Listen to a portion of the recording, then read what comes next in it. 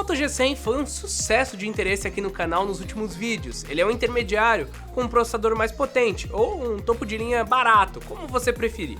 Mas será que ele continua fazendo sentido mais de 4 meses depois do seu lançamento? Ou será que o mercado já se mexeu para rebatê-lo? É o que nós vamos comentar hoje. E claro, se você gostar dele, tem links na descrição. Comprando por lá você ajuda o canal e também dá para encontrar o melhor preço do G100 através do comparador Escolha Segura, nossa extensão de Google Chrome, Firefox, Edge e que agora está disponível também como aplicativo Android. Tá tudo aqui embaixo e bora para análise.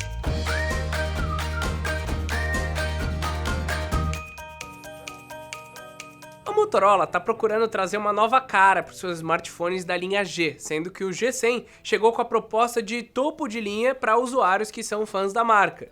No entanto, ele sofre alguns cortes que podem desagradar os usuários mais exigentes. Mesmo eu já tendo me conformado com o plástico que invadiu a categoria dos high-end, o material usado pela Motorola é muito simples, por assim dizer. Pegando ele na mão, dá para perceber a economia que a empresa fez e ele passa uma sensação um pouco de fragilidade, o que faz com que o uso da capinha seja essencial, principalmente para evitar arranhões no plástico da traseira fosca e também no plástico brilhante do aro, que vai descascar mais fácil. Visualmente ele é bonito, principalmente nessa cor Luminous Sky.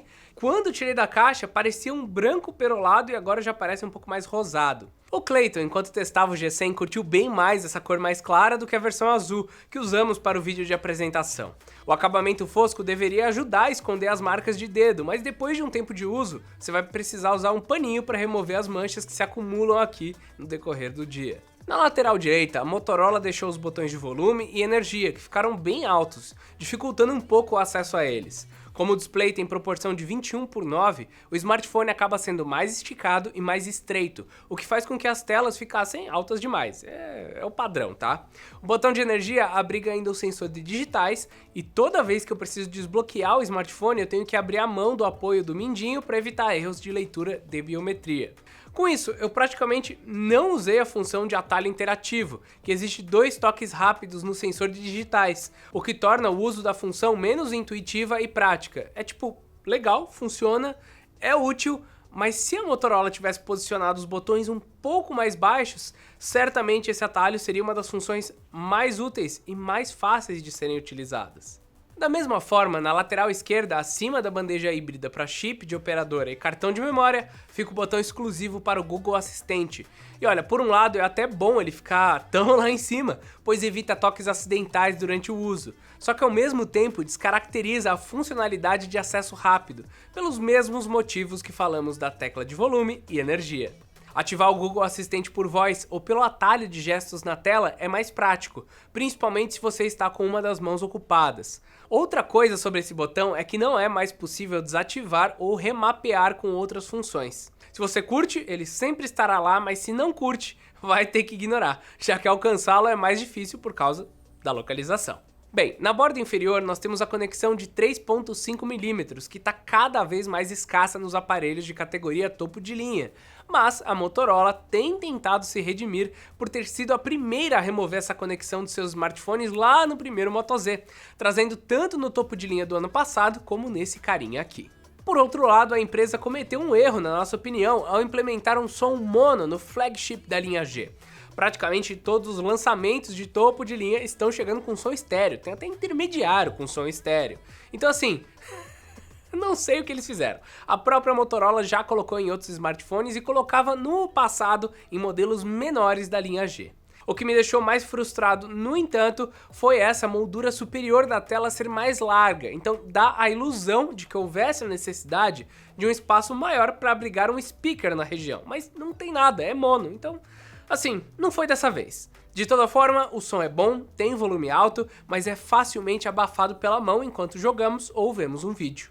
Mesmo eu não gostando dessas bordas em excesso que poderiam ser evitadas, a Motorola conseguiu fazer um bom trabalho na qualidade de tela do G100. É um painel IPS LCD que tem resolução Full HD Plus de 1080 por 2520. Ela tem uma proporção de 21:9 e por isso essa é uma resolução um pouquinho estranha para quem está acostumado com 1920 por 1080p. O brilho é bom, dá para usar tranquilamente sob a luz do sol e as cores são vivas e não distorcem nos cantos, como em aparelhos mais baratos da marca, mas ainda dá para notar uma leve perda de qualidade no canto, onde as câmeras frontais estão localizadas. Ele também tem suporte ao HDR10 e taxa de atualização de 90 Hz, o que é bom. Felizmente, a Motorola manteve a opção de usar em 60 Hz, diferente do que fez no Edge Plus após uma atualização para o Android 11. No fim, esse daqui é um celular que é bonito, que tem uma construção legal, mas que ainda tem uma cara de intermediário, na minha opinião. Principalmente depois do lançamento do Edge 20, do Edge 20 Lite e afins, que estão uma cara muito mais premium. E se por fora ele parece um pouco mais intermediário, é por dentro onde ele realmente tem mais potência, tem mais diferencial. Afinal, estamos falando de um Snapdragon 870. Esse processador é uma versão melhorada do Snapdragon 865 da Qualcomm, que era o melhor processador deles em 2020. Então assim, é um chipset do ano passado e é um chipset ótimo. Não tem por que ele precisar de um 888, que não só é mais demandante, como é mais caro. Muita gente tem a tendência de pensar que no momento que a atualização de um chipset é lançada, a outra se torna automaticamente obsoleta, e isso daí na verdade é um erro, tá? O Snapdragon 870, assim como o 865, dá conta do recado, foi atualizado para tecnologias mais novas, principalmente com relação ao 5G, e olha, ele fica muito perto do 888 com você economizando, então a gente acha que faz sentido, tá? Tanto por aqui como em qualquer outro modelo de celular de 2021 ou até mesmo de 2022. Só que o que faz o Moto G100 ficar à frente do Motorola Edge Plus do ano passado, que era o mais forte da Motorola anteriormente, é o ganho de performance em torno de 10%. Afinal, eles pegaram o processador do ano passado, já prontinho, bonitinho, subiram o clock dele de 2.8 para 3.2 GHz, fizeram ali uma correção com o problema de aquecimento que tinha no Edge Plus e pronto, você tem um celular melhor do que o anterior. Jogando alguns títulos como Wild Rift e o PUBG com gráficos no máximo possível, eu quase não percebi o aquecimento do telefone, nem mesmo na região próxima das câmeras. Só o Genshin Impact que daí não tem jeito mesmo. O jogo é extremamente pesado e é ótimo em estressar o processador para arrancar o máximo que ele pode dar, e mesmo assim eu não senti o celular engasgar. A bateria do G100 também é mais potente, com capacidade de 5.000 mAh e um carregador de 20 watts, que consegue encher a bateria em 1 hora e 47 minutos, levando 45 minutos para chegar aos 50%. Esse daí é um valor que mostra que é um ponto onde eles economizaram. Geralmente, os celulares topo de linha ou os mais caros vão ter essa carga mais rápida. Eu, particularmente, acho que é um ponto legal de economizar, afinal você pode comprar separado depois, se você quiser um carregador mais potente. Ainda em bateria, eu preciso falar um pouquinho mais do consumo em jogos, que ficou entre 20% e 25% por hora, então, sim, com a tela 90 Hz ele demanda um pouco mais, e o mesmo vale para a gravação de vídeo em 1080p, tá? O tempo de uso para navegação foi um pouco mais baixo, chegando perto dos 8% por hora, o que é um valor bem legal para 5.000 mAh. Ah, e antes da gente continuar a falar de uma das coisas mais interessantes desse celular, se você tá gostando, não esquece de se inscrever por aqui, tá? Tem muita gente que passa aqui, nunca se inscreve e olha, isso ajuda muito a gente. Então clica aqui embaixo, ativa o sininho e bora continuar. O G100 foi o primeiro celular da Motorola a trazer o modo desktop, que depois foi colocado pro Edge do ano anterior, mas que chegou primeiro por aqui. Nesse modo desktop é só você ligar o celular junto com o cabo HDMI na sua TV ou em um monitor e pronto, ele meio que vira um computadorzinho, ou uma Smart TV, por assim dizer, porque além desse modo de desktop, ele também tem alguns atalhos bem legais para você consumir conteúdo. Esse tal de modo desktop, inclusive, é uma novidade do Android 11 e por isso chegou também para o modelo anterior. Ele recebeu um nome que é um pouquinho mais difícil de decorar, que é o Ready For.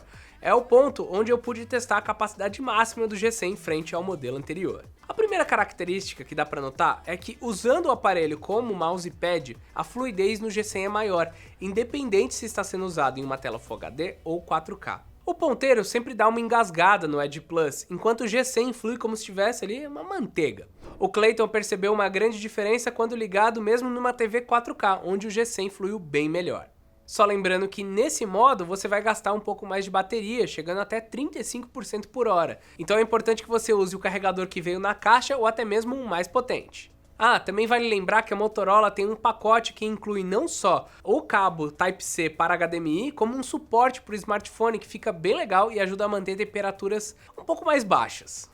Infelizmente, o Android não anda dando suporte a aplicativos como o Photoshop ou editores de vídeos mais complexos, fazendo com que o uso do Moto G100 no modo desktop seja um pouco limitado a planilhas, várias abas do Chrome e outros tipos de software que, olha, até que são o suficiente.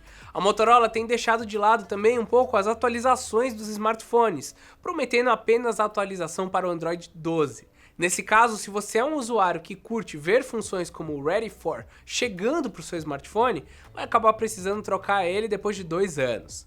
Claro que nós temos a opção de escolher outras marcas que deem suporte a mais atualizações, como a Samsung, a OnePlus e a Xiaomi. Partindo para o final do review, sempre há uma parcela do público que escolhe pagar mais caro para ter boas câmeras, mas infelizmente não é o que você encontrará por aqui. As câmeras do G100 foram um dos pontos mais mornos na minha experiência com esse telefone. Não que eu esperasse algo parecido com o Galaxy S20, o Mi 10 ou o OnePlus 8, assim, algo mais grandão, mas olha, eu esperava que ele fosse mais equilibrado como o Edge Plus, pelo menos. Na traseira, então, nós temos um conjunto triplo de lente, sendo destaque para a principal de 64 megapixels. Ela faz boas fotos com boa e média luz, tem o quad pixel e faz vídeos razoáveis. O conjunto tende bastante para cores quentes, deixando as fotos com tons mais amarelados, acentuando essa característica conforme o ambiente fica menos iluminado. Em fotos com o dia claro, céu limpo e muito sol, ele dá conta do recado, mas não é sempre que fotografamos com essas condições. Em vídeos, os destaques estão para o 6K a 30 frames e o 4K a 60 frames, sendo que as demais câmeras se limitam a Full HD 30 frames. A lente ultra-wide tem 16 megapixels e apresenta bastante ruído nas áreas mais escuras da foto, decepcionando nesse ponto. Não é preciso muito para notar o quanto esse sensor é inferior ao principal, o que, de novo, decepciona.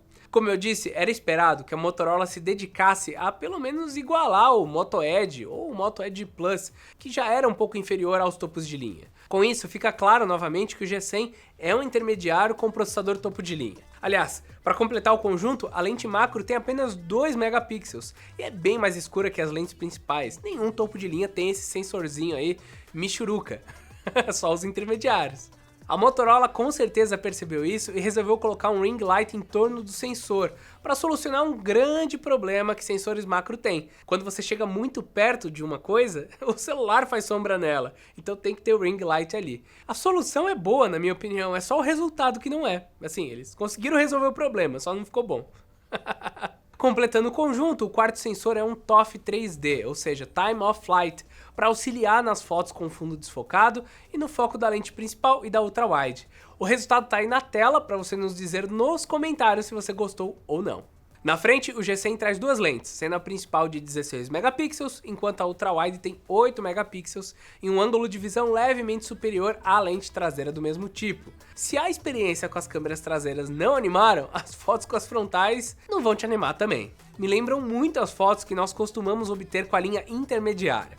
O balanço de branco é ruim, se o ambiente não tem uma iluminação perfeita, a foto fica escura demais, ou estoura as luzes, ficando ainda pior na lente de ângulo mais aberto, que puxa tudo para um tom mais amarelado e apresenta ainda mais ruídos.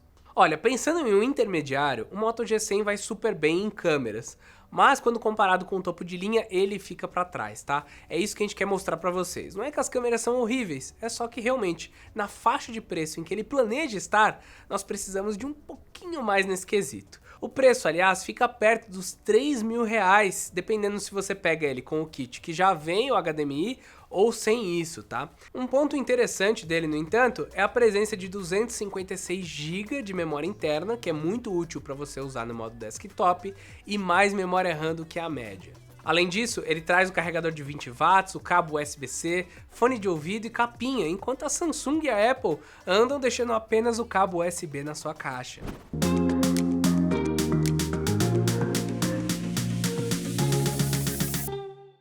Olha, a nossa conclusão é que o Moto G100 pode ser uma opção interessante para quem quer subir o nível dentro dos aparelhos da Motorola. E eu falo isso porque um Galaxy S20 FE com Snapdragon simplesmente entrega o mesmo desempenho e melhores câmeras por menos, enquanto o G100 fica mais perto dos intermediários em construção e câmera.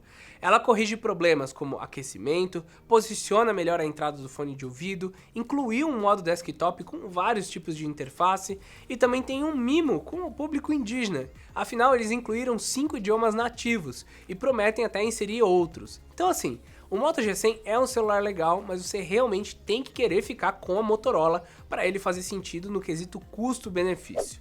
Aliás, e você, o que você achou do G100? Deixa aqui nos comentários, não esquece do like se você gostou do vídeo e claro, de se inscrever por aqui para receber ainda mais vídeos como esse. Então é isso, meus amigos, e até mais!